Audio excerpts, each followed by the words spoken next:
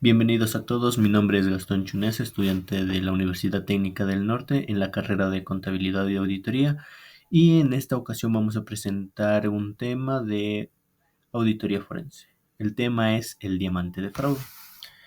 Como contenido tenemos en primer lugar el triángulo de fraude, después el diamante de fraude y cómo cambió de triángulo a diamante, por qué se hizo este cambio. Después tenemos los componentes del diamante de fraude. Y por último, la implementación en la auditoría forense. Pues bien, como preámbulo tenemos que el triángulo de fraude fue propuesto por el criminólogo Donald Cressey en los años 50, que identificaba tres elementos claves: la presión, la oportunidad y la racionalización. Los tres elementos del triángulo de fraude, resultados insuficientes porque explicaban por qué una persona podía querer cometer fraude, pero no quién realmente podría hacerlo.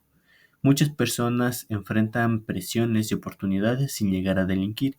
Sin embargo, solo aquellos con la capacidad técnica, el conocimiento del sistema y la posición adecuada pueden efectuar el fraude con éxito y mantenerlo oculto.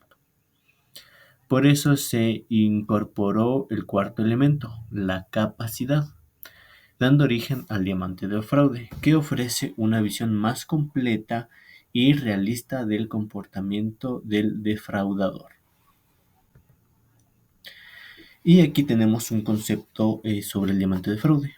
Este nació a principios de los años 2000.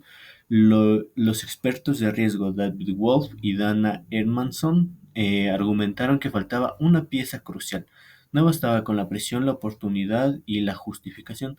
Las personas también deben tener la habilidad para poder llevar a cabo y ocultar el fraude.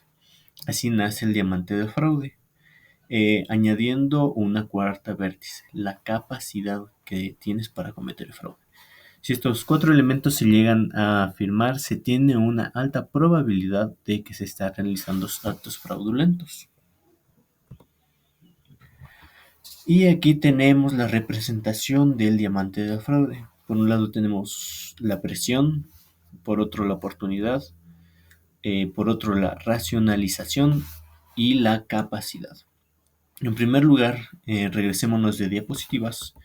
El triángulo de fraude está en una de estas imágenes, está representada por la oportunidad, la presión, bueno, primero es la presión, después va la oportunidad y la racionalización.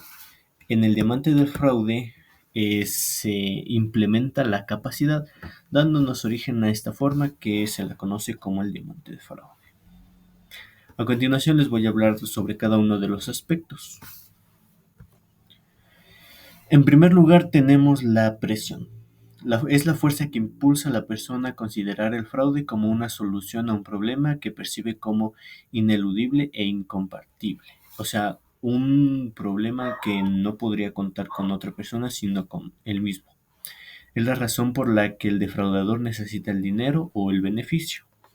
Es difícil resolver por medios legales. Esto quiere decir que la persona no la tiene fácilmente para poder resolverla por eh, métodos legítimos. Entonces acude a ciertas actividades no legales. Después tenemos la oportunidad. Es una vía o una debilidad en el control interno de la organización que permite ejecutar el fraude y, crucialmente, ocultarlo.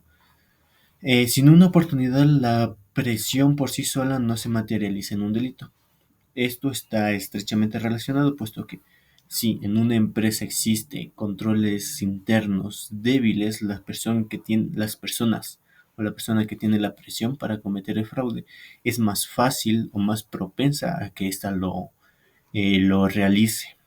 Por ende, si se tienen buenos controles internos, seguimiento de los trabajadores, difícilmente se podrá cometer un fraude. Y en el caso de que ya haya pasado esta etapa, se pasa a la etapa de racionalización, donde el defraudador no se ve a sí mismo como un criminal, lo que permite justificar sus actos deshonestos, alineando con su código ética personal para evitar la culpa.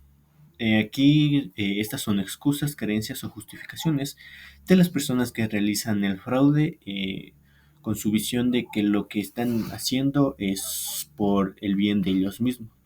Como ejemplo, podemos poner que la empresa trató mal a un empleado. Entonces, él realiza fraude en la empresa para decir que le dio una cucharada de su propia medicina, por lo que la racionalización es eso, creer que se tiene la razón de por qué se hizo ese acto. Y como última instancia tenemos la capacidad.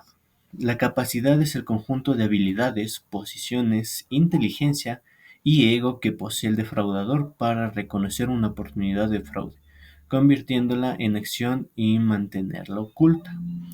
No todas las personas bajo presión y con una oportunidad tienen la capacidad para ejecutar un fraude completo. Aquí en la capacidad se refiere a las habilidades que tiene una persona.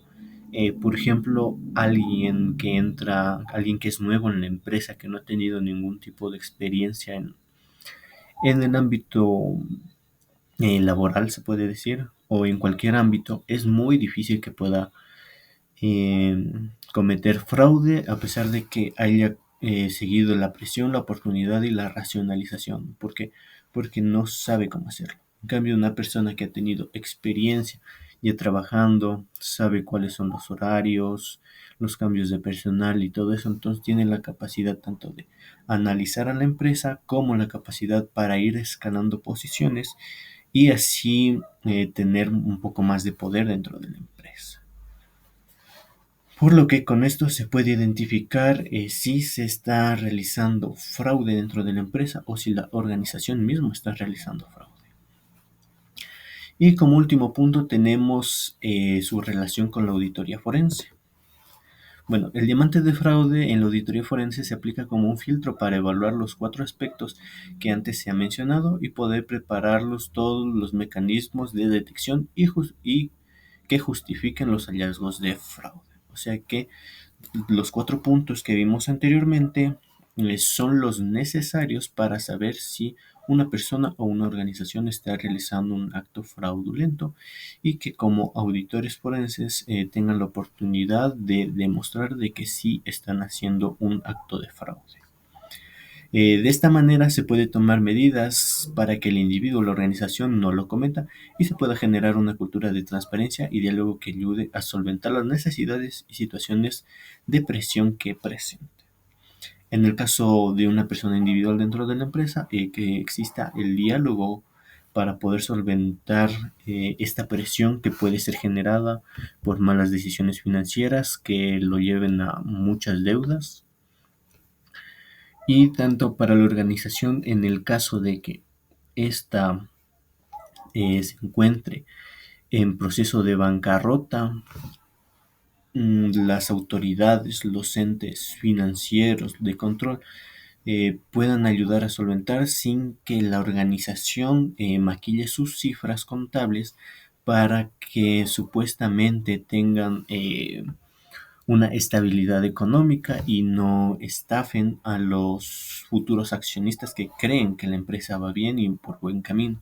Entonces, en medida de esto, se realiza la auditoría forense y se toman los 4 puntos del diamante de fraude para que se pueda resolver a tiempo y que no exista el fraude. Bueno, eso ha sido todo por hoy. Espero que les haya gustado, haya sido algo interesante y nos veremos en algún próximo video.